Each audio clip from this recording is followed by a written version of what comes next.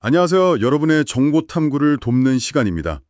2025년 새해부터 이 실업급여 제도가 꽤 많이 달라진다는 소식이 있어요. 그래서 오늘은 여러분이 보내주신 자료들, 이거 바탕으로 변경사항들 좀 속속들이 파헤쳐 보겠습니다. 네, CPHR 인사이트나 또 조이정책 라이프 같은 곳에서 나온 2025년 가이드 자료들 보니까요. 실업급여 조건부터 금액, 기간, 또 신청 절차까지 여러 변화가 있더라고요. 이게 단순히 그냥 규정이 바뀌는 걸 넘어서 뭐랄까, 이 제도의 방향성 자체가 조금씩 달라지는 건 아닌가, 네, 그런 생각도 들게 합니다. 맞아요. 그래서 오늘 저희 목표는 단순히 뭐가 바뀌었다, 이거 나열하는 게 아니라 이 변화들이 진짜 여러분한테 어떤 의미가 있는지, 그리고 또 이 제도가 어디로 가고 있는지 그 맥락까지 좀 짚어보려 합니다. 자, 그럼 본격적으로 시작해 볼까요? 우선 가장 기본부터 실업급여, 이거 정확히 어떤 제도죠? 아주 간단히 말하면요. 고용보험 가입했던 근로자가 자기 의사랑 다르게 직장을 잃었을 때요. 그때 이제 재취업 활동하는 동안 생계 걱정 좀 덜고 구직에 집중할 수 있게 정부가 지원해 주는 겁니다. 일정 기간 소득의 일부를요. 정식 명칭은 사실 구직급여가 더 정확하죠. 고용보험법에 근거하고 있고 고용노동부랑 근로복지공단이 운영하고요. 핵심은 재취업 지원입니다. 네. 그렇군요. 재취업 지원. 자, 그럼 이 기본적인 틀 위에서 2025년에는 뭐가 달라지는지 그 구체적인 내용으로 한번 들어가 보죠. 첫 번째 변화, 좀 긍정적인 소식부터 시작해 볼까요? 실업급여의 최소 지급액, 그러니까 하한액이 오른다고요? 그렇습니다. 2025년 최저시급이 1030원으로 확정됐잖아요. 그러면서 실업급여 하한액도 영향을 받은 건데요. 이 하한액 계산식이 퇴직 당시 최저임금의 80% 곱하기 1 소정 근로시간, 보통 8시간이죠. 이렇게 계산되거든요. 그래서 2025년에 이제 이직하시는 분들부터는 일일 하한액이 1030원의 80%, 그러니까 8024원에 8시간 곱해서 64,192원이 됩니다. 2024년이 63,104원이었으니까 한 1,000원 정도? 네, 그 정도 오르는 셈이죠. 아, 64,192원, 1,000원 정도. 금액이 오르는 건 좋은데 사실 인상폭 자체는 그렇게 크진 않네요. 그런데 여기서 더 중요한 점. 하한액은 올랐지만 최고 지급액, 상한액은 그대로라는 거죠. 네, 바로 그 점입니다. 1회 상한액은 2019년 1월 이후 이직자부터 계속 66,000원이에요. 동결 상태죠. 하한액은 최저임금 따라서 조금씩 오르는데 상한액은 지금 몇 년째 그대로인 거예요. 이게 퇴직 전에 급여가 좀 높았던 분들 입장에서는 실업급여의 그 소득 대체율이 점점 낮아진다. 뭐 이런 의미가 될 수 있는 거죠. 그래서 이 제도의 적절성 논의가 계속 나오는 거고요. 그렇군요. 하한액 인상이라는 작은 당근은 있지만 상한액 동결이라는 현실도 있네요. 자, 그럼 여기서부터는 좀 더 주목해야 할 변화들입니다. 특히 이 제도를 반복해서 이용하는 경우 기준이 상당히 엄격해진다면서요? 네, 이게 이번 개정의 진짜 핵심 중 하나라고 볼 수 있습니다. 실업급여를 단기적인 생계수단처럼 반복적으로 활용하는 사례 좀 줄이고 좀 더 적극적으로 구직활동해라. 이런 정책적인 의도가 강하게 반영된 부분 같아요. 2025년 1월 1일 이후 신청자부터 적용되는데요. 최근 5년 동안 실업급여를 3번 이상 받았다면 그 횟수에 따라서 지급액이 깎이는 겁니다. 아, 횟수별로요? 감액 비율이 어떻게 달라지나요? 구체적으로? 첫 번째 이상부터는 최대 50%, 그러니까 절반까지 깎일 수가 있어요. 횟수가 쌓일수록 감액폭이 확 커지는 구조죠. 와, 50%면 진짜 크네요. 근데 이게 단순히 금액만 줄어드는 게 아니고 관리 절차 자체도 더 까다로워진다면서요? 맞습니다. 그것도 중요한 변화인데요. 2025년 3월 31일부터는 5년 안에 3회 이상 수급자는 실업 인정을 받을 때마다, 그러니까 매번 지정된 날짜에 반드시 고용센터에 직접 가야 합니다. 출석해야 돼요. 예전처럼 그냥 온라인으로 구직활동 내용 내고 이게 안 되는 거죠. 게다가 구직활동 계획서 제출이라던가 추가적인 의무 같은 것도 부과될 예정이라서 확실히 관리가 좀 촘촘해진다, 이렇게 볼 수 있습니다. 이 반복수급자 감액이랑 관리 강화 조치가 이게 정말 구직활동을 효과적으로 촉진할 수 있을지, 아니면 혹시 계약직이나 좀 불안정한 일자리를 어쩔 수 없이 전전하시는 분들에게는 오히려 더 큰 부담으로 작용할 위험은 없을지 좀 생각해 볼 지점이네요. 아, 네. 충분히 나을 수 있는 우려입니다. 제도의 취지는 물론 좋은데 그 노동시장 구조 자체의 문제 때문에 비자발적 실업을 반복하게 되는 분들에게는 좀 가혹하게 느껴질 수도 있겠죠. 이 정책 효과는 조금 더 지켜봐야 할 것 같습니다. 그렇죠. 개인 수급자에 대한 기준이 이렇게 강화되는 한편 기업에게도 뭔가 새로운 책임이 생긴다고요. 직원을 내보내서 실업급여 수급이 잦은 사업장은 불이익을 받는다던데. 사업장에서 발생한 실업급여 수급자 비율이 같은 업종 평균보다 엄청 높거나 혹은 사업장이 낸 고용보험료 총액에 비해서 지급된 실업급여 총액이 일정 기준 이상으로 많다. 그러면 해당 사업장은 고용보험료를 최대 40%까지 더 내야 할 수도 있습니다. 할증되는 거죠. 40%나요? 와, 어떤 기업들이 주로 해당될까요, 그러면? 아무래도 계약 기간 짧은 직원을 많이 썼다가 계약 만료로 내보내는 경우가 잦은 사업장들, 그런 곳들이 대상이 될 가능성이 높습니다. 기업이 좀 더 안정적으로 고용을 유지하게끔 유도하려는 목적이겠죠. 하지만 일각에서는 이런 부담이 오히려 신규 채용을 좀 꺼리게 만들거나 비용을 다른 방식으로 근로자에게 전가할 수 있다는 우려도 나오고 있습니다. 그렇군요. 규제가 강화되는 면이 있다면 반대로 구직자 입장에서는 좀 편리해지는 부분도 있네요. 온라인 구직 활동이 인정 범위가 넓어진다는 내용도 자료에 있었거든요. 아, 네. 이건 정말 실질적인 편의성 개선이라고 할 수 있습니다. 예전에는 좀 오프라인 활동 위주로 인정을 해주는 경향이 있었는데 이제 시대 변화에 맞춰서 온라인 활동도 폭넓게 인정해줍니다. 예를 들면 워프넷 같은 구직 사이트에 이력서 새로 올리거나 업데이트하는 거, 또 기업 채용 홈페이지에 직접 온라인으로 입사 지원하는 거, 화상 면접처럼 온라인으로 면접 보는 거, 이런 게 다 구직 활동 실적으로 인정받을 수 있게 됐어요. 활동 증빙이 훨씬 유연해진 거죠. 네. 아, 온라인 활동 인정 확대. 이건 진짜 실질적인 변화겠네요. 자, 그럼 다시 한번 기본으로 돌아가서 이 기본적인 자격 요건, 누가 실업급여를 받을 수 있나 다시 한번 짚어주시죠. 핵심 요건은 크게 4가지로 볼 수 있습니다. 첫째는 고용보험 가입 기간이에요. 회사를 그만둔 날, 이직일이라고 하죠. 그날 이전 18개월 동안 고용보험에 가입돼서 일한 날짜, 이걸 피보험 단위 기간이라고 하는데 이게 총 180일 이상이어야 합니다. 여기서 중요한 건 그냥 18개월 중에 6개월 이게 아니라 실제로 보험료 내면서 일한 날짜를 다 합쳐서 180일 이상이어야 한다는 거예요. 보통 주 5일 근무자라면 한 7개월에서 8개월 정도는 근무해야 충족되는 경우가 많습니다. 그렇군요. 실제로 일한 날짜 기준. 두 번째 요건은 당연히 이직 사유겠죠. 맞습니다. 둘째, 이직 사유가 아주 중요합니다. 원칙은 본인 의사랑 관계없이, 즉 비자발적으로 직장을 잃어야 합니다. 회사 사정이 안 좋아서 권고사직 당했다거나 계약 기간이 끝나서 나왔다거나 해고당했다거나 단 본인 잘못이 크지 않아야 합니다. 이런 게 대표적이죠.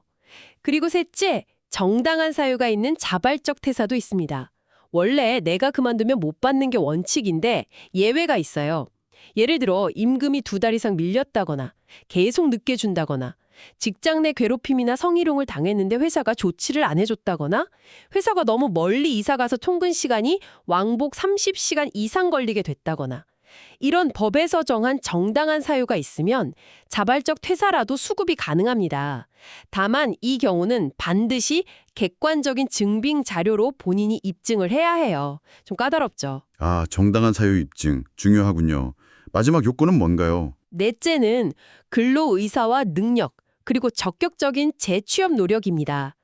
일할 능력과 의지가 있는데도 취업을 못한 상태여야 하고요. 또 실업급여 받는 동안 실제로 구직활동을 꾸준히 해야 합니다. 그냥 쉬려고 받는 돈이 아니라는 점, 이걸 꼭 기억해야 합니다. 알겠습니다. 자, 그럼 이 요건들을 다 충족했다. 그랬을 때 구체적으로 얼마를 또 얼마나 받을 수 있는 건가요? 지급액, 이걸 구직급여일액이라고 하는데요. 기본 계산식은 퇴직 전 3개월 동안의 하루 평균 임금의 60%입니다. 하지만 이 금액이 그대로 다 지급되는 건 아니고요. 아까 말씀드렸던 1일 상한액과 하한액, 그 범위 안에서 결정돼요. 2025년에 이직하신 분이라면 평균 임금이 아무리 높았어도 하루 최대 66,000원, 아무리 낮았어도 최소 64,192원 이 사이에서 받게 되는 거죠. 여기서 다시 한번 강조할 점이 있었죠. 이 상한액, 하한액은 신청 시점이 아니라 언제 기준이라고요? 네, 맞습니다. 아주 중요한데요. 이직일, 즉 퇴사일이 속한 연도의 기준을 따른다는 점입니다. 예를 들어서 2024년 12월 31일에 퇴사해서 2025년 1월에 실업급여를 신청한다. 그러면 2025년 기준 하한액인 64,192원이 아니라 2024년 기준 하한액 63,104원이 적용되는 시기입니다. 이거 혼동하시면 안 돼요. 아, 퇴사 연도 기준. 오케이. 그럼 지급 기간은 어떻게 정해지나요? 사람마다 다르다고 들었는데요. 지급기간, 이걸 소정급여일수라고 하는데요. 이건 두 가지 기준에 따라 달라져요. 고용보험에 총 얼마나 가입했었는지 그 기간하고요. 이직했을 때의 만 나이, 이 두 가지입니다. 예를 들어서 만 50세 미만이고 고용보험 가입기간이 1년 미만이다. 그럼 120일. 1년 이상 3년 미만이면 150일. 쭉 늘어나서 10년 이상이면 240일까지 받을 수 있어요. 반면에 만 50세 이상이거나 또는 장애인이시면 같은 가입기간이라도 더 길게 받습니다.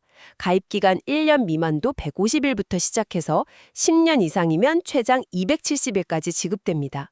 아무래도 재취업에 좀 더 시간이 걸릴 수 있는 분들을 배려한 조치라고 볼 수 있겠죠. 그렇군요. 나이와 가입 기간. 자, 이제 가장 현실적인 부분, 실제 신청 절차로 넘어가 보겠습니다. 이것저것 챙겨야 할 게 많을 것 같은데 핵심적인 단계만 좀 짚어주시죠. 네, 절차가 좀 있긴 한데 핵심만 잘 챙기시면 됩니다. 우선 퇴사하고 나서 제일 먼저 할 일, 이전 회사에서 고용보험, 피보험 자격 상실 신고서랑 이직 확인서, 이걸 제대로 처리했는지 확인하는 거예요.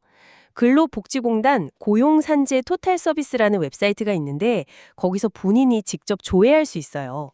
이게 처리가 늦어지거나 잘못되면 실업급여 신청 자체가 안 되니까 만약 문제 있으면 빨리 회사 연락해서 처리해달라고 요청해야 합니다. 이게 생각보다 지연되는 경우가 꽤 있어요. 꼭 확인하세요. 회사 서류 처리 확인, 이게 첫 단추군요. 그 다음은요? 그 다음엔 정부 취업 지원 포털이죠. 워크넷. 워크넷에 접속해서 반드시 구직 등록을 해야 합니다. 이력서나 자기소개서 같은 거 올려놓는 과정이에요. 이 구직 등록을 마쳐야 실업급여 수급 자격 신청이 가능해집니다. 그 후에 고용보험 홈페이지나 앱, 고용24라고 하죠. 여기서 실업급여 제도에 대한 온라인 교육 영상, 이거 시청해야 하고요. 구직 등록하고 온라인 교육까지 마치면 드디어 신청 단계로 가는군요. 네, 이제 수급 자격 인정 신청을 할 수 있습니다. 이건 사시는 곳 관할 고용센터에 직접 방문해서 신청해도 되고 아니면 고용보험 홈페이지나 고용24 웹앱 통해서 온라인으로 신청서를 내도 됩니다. 신분증하고 급여받을 본인 명의 통장 사본 이런 게 필요할 수 있고요. 신청서를 냈다고 바로 지급되는 건 아니고요. 7일 동안은 대기 기간이라고 해서 이 기간은 급여가 지급되지 않습니다. 7일 대기, 그 후에는 바로 지급되나요? 아니요. 그 이후부터는 정해진 실업 인정일이라는 게 있어요. 그 날짜에 맞춰서 본인이 어떤 구직 활동을 했는지 증빙 자료랑 같이 신고하고 실업 인정을 받아야 합니다. 보통 1주에서 4주 간격으로 이 실업 인정일이 돌아오는데요. 이 인정을 받아야만 해당 기관만큼의 실업급여가 통장으로 들어오는 거예요. 아까 말씀드린 반복수급자는 매번 센터 방문 필수고요. 그 외의 분들은 보통 온라인으로도 실업 인정 신청이 가능합니다. 구직활동 증빙, 이게 정말 중요하겠네요. 허위로 하거나 형식적으로 하면 당연히 안 되겠고요. 당연하죠. 입사 지원 내역이나 면접 확인서 아니면 취업 특강 수료증 같은 객관적인 자료를 잘 챙겨야 합니다. 만약에 허위나 형식적으로 활동으로 걸리면 지급 중단은 물론이고 이미 받은 급여까지 다 돌려줘야 할 수도 있어요. 불이익이 엄청 크니까 절대 안 됩니다. 그리고 중요한 거 하나 더. 실업급여는 이직일 다음 날부터 1년 안에 신청하고 수급까지 다 완료해야 합니다.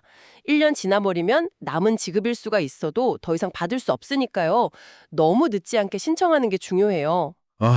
1년 안에 신청과 수급 완료. 이것도 꼭 기억해야겠네요. 신청 과정이나 수급 중에 특별히 더 주의해야 할 점, 혹은 실업급여 외에 추가로 받을 수 있는 지원 같은 건 없을까요? 주의할 점 중에서 제일 중요한 건 소득 신고입니다. 이걸 정말 강조하고 싶은데요. 실업급여 받는 중에 아르바이트든 단기 계약직이든 어떤 형태로든 소득이 생겼다. 그러면 금액이 아무리 적더라도 반드시 실업인정일에 고용센터에 신고해야 합니다. 무조건요. 이거 신고 안 하면 부정수급으로 간주돼서 몇 배로 더 토해내야 하는 등 진짜 큰 불이익 받습니다. 소득액이나 일한 시간에 따라서 그날치 실업급여가 좀 깎이거나 안 나올 수도 있는데 기준이 좀 복잡하니까 조금이라도 소득 생기면 무조건 센터에 먼저 물어보고 안내 받는 게 제일 안전해요. 소득 신고. 네, 정말 아무리 강조해도 지나치지 않겠네요. 추가 지원 제도에 대해서도 좀 알려주시죠. 네, 실업급여 말고도 취업촉진수당이라는 이름으로 몇 가지 유용한 지원들이 더 있어요. 대표적인 게 조기 취취업 수당인데요. 이건 진짜 알아두시면 좋은 제도입니다. 뭐냐면 전체 실업급여 받을 수 있는 기간의 절반 이상을 남긴 상태에서 12개월 이상 고용이 보장되면 안정된 직장에 재취업했다. 그러면 아직 못 받은 실업급여의 50%, 절반을 한꺼번에 받을 수 있어요. 빨리 재취업할수록 이득인 거죠. 아주 강력한 인센티브입니다. 오, 절반 이상 남기고 취업하면 남은 돈의 반을 준다. 괜찮은데요. 또 다른 건 없나요? 고용센터에서 인정한 직업훈련 프로그램에 참여하면요. 훈련 기간 동안 교통비나 식비 명목으로 하루에 7,530원. 이건 2025년 기준입니다. 직업능력개발수당이라는 걸 실업급여랑 별도로 받을 수 있고요. 또 집에서 좀 멀리 떨어진 곳, 편도로 한 25km 이상, 거기로 면접 보러 갈 때 교통비 실비 지원해주는 광역 구직활동비나 취업이나 훈련 때문에 다른 지역으로 이사해야 할 때 이사 비용 일부 지원해주는 이주비 같은 제도도 있으니까요. 본인 상황에 해당된다면 꼭 활용해 보시는 게 좋습니다. 자, 오늘 저희는 2025년부터 달라지는 실업급여 제도에 대해 좀 깊이 있게 살펴봤습니다. 최저임금 인상에 따른 하한액 상승, 이런 작은 변화도 있었지만 핵심은 역시 반복 수급자에 대한 지급액 감액과 관리 강화, 그리고 실업급여 지급이 잦은 일부 사업장에 대한 보험료 부담 증가, 이렇게 좀 제도가 더 엄격해지고 있다는 점인 것 같아요. 물론 온라인 구직활동 인정 확대 같은 편의성 개선도 있었고요. 그렇다면 이 모든 게 여러분께 어떤 의미일까요? 결국 중요한 건 단순히 실업하면 돈 받는다 이 생각을 넘어서요. 이 제도가 적극적인 재취업 활동을 지원하고 또 유도하는 방향으로 가고 있다는 점, 이걸 이해하는 게 중요합니다. 변경된 내용을 정확히 알고 계셔야 혹시 모를 상황에 당황하지 않고 본인의 권리는 제대로 찾고 또 의무는 성실히 이행할 수 있겠죠. 네, 오늘 나눈 정보들이 당장 필요하지 않더라도 언젠가 본인에게 혹은 주변 분들에게 도움이 될 수 있으니까 잘 기억해 두시면 좋겠습니다. 특히 오늘 살펴본 변화들, 예를 들어 반복 수급 기준 강화라던가 아니면 조기 재취업 수당 같은 제도들 보면요. 정책의 무게중심이 단순한 소득 보전을 넘어서 좀 빠른 노동시장 복귀 쪽으로 옮겨가는 게 뚜렷해 보입니다. 네, 맞아요. 그런 흐름 속에서 한 가지 좀 생각해 볼 점이 있습니다. 이렇게 재취업 속도를 강조하는 방향이 과연 실업 기간을 통해서 새로운 기술을 배우거나 경력 전환을 모색하거나 하는 좀 더 장기적인 관점에서의 질 좋은 재취업, 이것까지 충분히 지원하고 있는가 하는 질문이죠. 그렇죠. 어쩌면 속도에만 너무 초점을 맞추다 보면 실업 기간이 가질 수 있는 또 다른 긍정적인 가능성? 직업 능력 향상이나 더 나은 커리어를 위한 탐색의 시간 같은 게 좀 위축될 수도 있겠다, 이런 생각도 듭니다. 이런 변화 속에서 여러분은 실업 기간을 어떻게 활용하고 또 어떤 준비를 미리 해두는 것이 현명하다고 생각하시나요? 한번 고민해 보시면 좋겠습니다. 네. 그리고 오늘 저희가 다룬 내용은 일반적인 정보이고요. 실제 개별적인 사례에 적용하시려면 반드시 고용노동부 공식 웹사이트나 고용보험 시스템, 고용이사 있죠. 또는 거주지 관할 고용센터를 통해서 가장 최신의 정확한 정보를 직접 확인하시는 것이 필수적이라는 점 다시 한번 강조드립니다. 오늘 저희의 분석이 여러분의 정보 탐구 여정에 조금이나마 도움이 되었기를 바랍니다. 다음 시간에 또 유익한 정보와 깊이 있는 분석으로 찾아뵙겠습니다. 감사합니다.